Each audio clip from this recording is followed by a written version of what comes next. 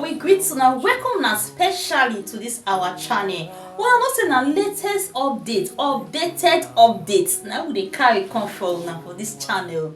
So I beg, if you never subscribe to our YouTube channel, make una rush now go subscribe and make una turn on the notification bell so that anytime I say we drop updates, una go dey notified. I beg, make una follow us on our Facebook page and make una help us dey share our videos so that others sef go see am. Una do well. Anyway, my people, make we enter the tori wey we carry come for una. Professor Patrick Lumumba from Kenya don talk on how to fight corruption generally. This Professor Patrick Lumumba na popular professor for Kenya wey dey always talk about politics, religion, law and corruption for Africa.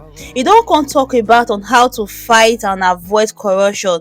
According to am, he talk say to fight corruption, we need to identify the corruption first of all and avoid am. He even talk about giving us small bribe. He talk say na there the whole thing dey start. Anyway, my people, make I not talk too much, make I leave una, make una watch this video and hear more of wetin Professor Lumumba talk. I think there is a sense in which we try to rationalize corruption, but we all know what corruption is. If you are traveling on the road and you give money to a police officer to avoid prosecution, that is petty corruption. If you are in public office and you use public office for private gain, we know that is corruption. So it is an attempt to give a veneer of legality to corruption, that we pretend that we do not know what corruption is, but we do. And we know who are thieves, even in our traditional societies.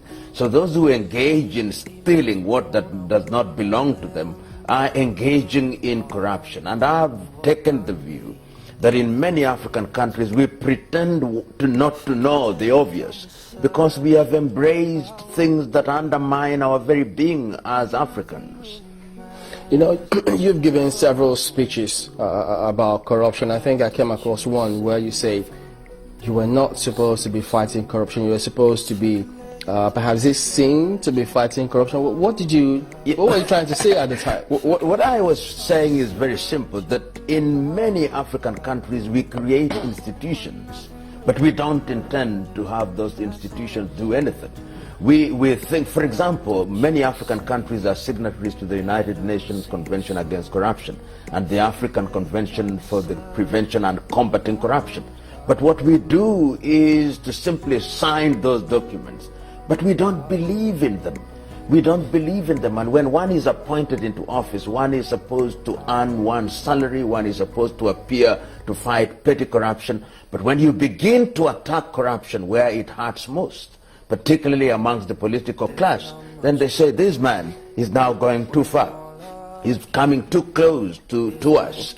And the net effect, therefore, is that we corrupt our entire political system. And one of the most important things that we must know, as long as the political system is corrupt, a country can never be liberated from corruption.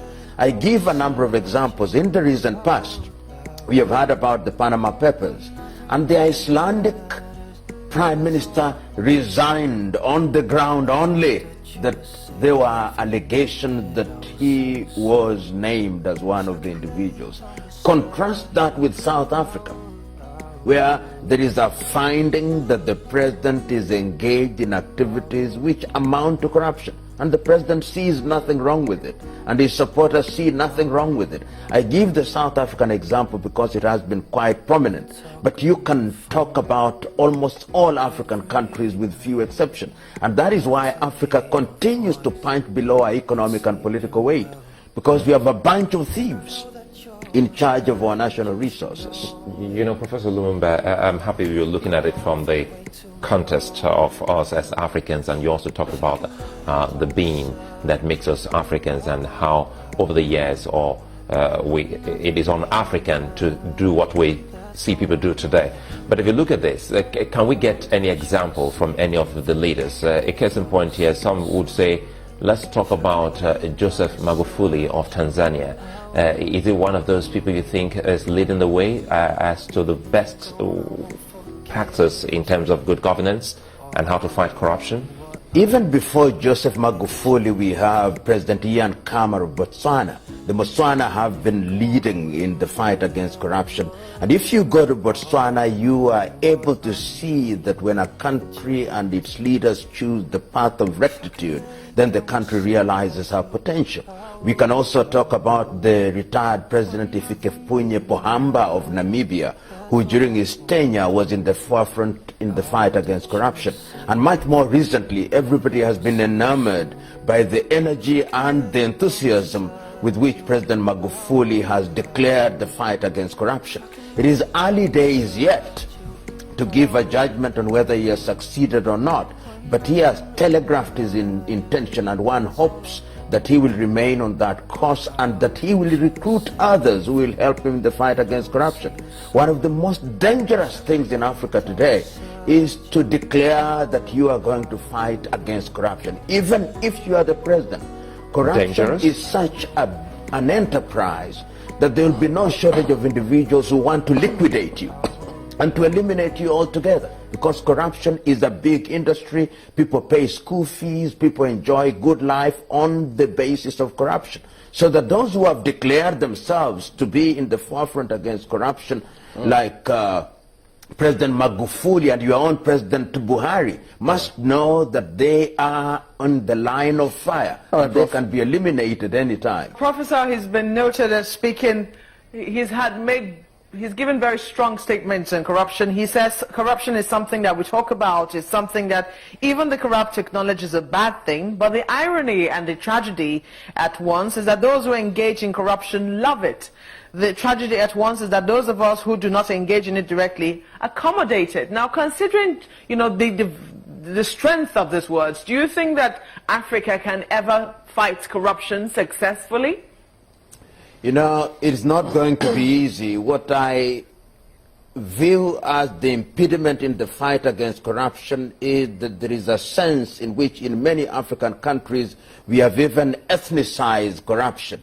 So that if an individual who is corrupt is arrested in a multi-ethnic country such as Nigeria or Kenya or the Democratic Republic of Congo, he or she will recruit people from their ethnic group and say that he is a thief, but he is our thief.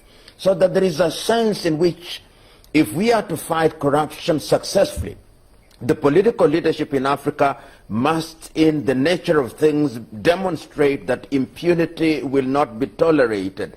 And I think it is not going to be easy, but it can be done. Why do I think that it can be done? In this country, Nigeria, during the short period that Nuhu Ribadu was in charge and President Obasanjo was on his side, the fight against corruption was moving apace.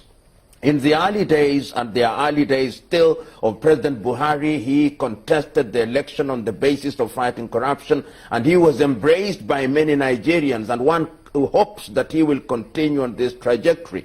In Tanzania, we can see the unanimity and the enthusiasm with which Tanzanians have embraced President Magufuli. It is not going to be easy, but it can be done, because the dividends of a corruptless society are so obvious that if we don't embrace them and understand them, then we are not getting the right thing.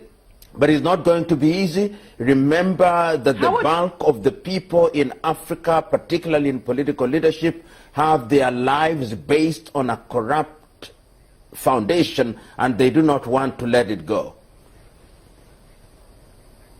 How would you suggest that leaders handle criticism, especially leaders on the forefront of the anti-corruption agencies, when they're accused of ethnicizing, you know, those who, you know, they are facing, as it were, or politicizing it? Like in Nigeria, the accusation is that only one political party is being persecuted, if I'm allowed to use that word. How would you suggest they handle such criticisms? I think what one must do is, in a manner of speaking, be sensitive to the realities of the day. The truth is that thieves are thieves. If you start with one political party, then that is the beginning. You must start somewhere. And this idea of apportioning political blame to one side and saying that it is only one side of the political divide that is being dealt with is not an issue. The question that we must ask is a basic question.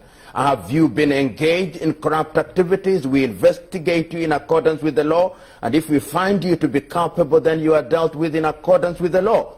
And in the fight against corruption, it is also incumbent on those who are in political power to ensure that nobody is treated as a sacred cow. One of the things that we must note about African countries is that African countries are very fragile.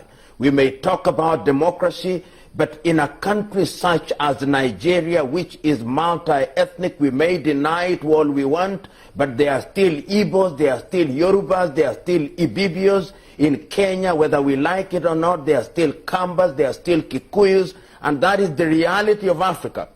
And it's a reality which cannot be ignored, because we are still in the process of trying to create and strengthen the states, and one has to be sensitive therefore.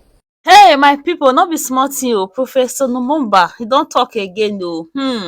Anyway, my people, I wanna see, I'm on a reason. I'm gonna drop a comment for the comment section, and make una no forget to like and share. Una do well. See you in our next video.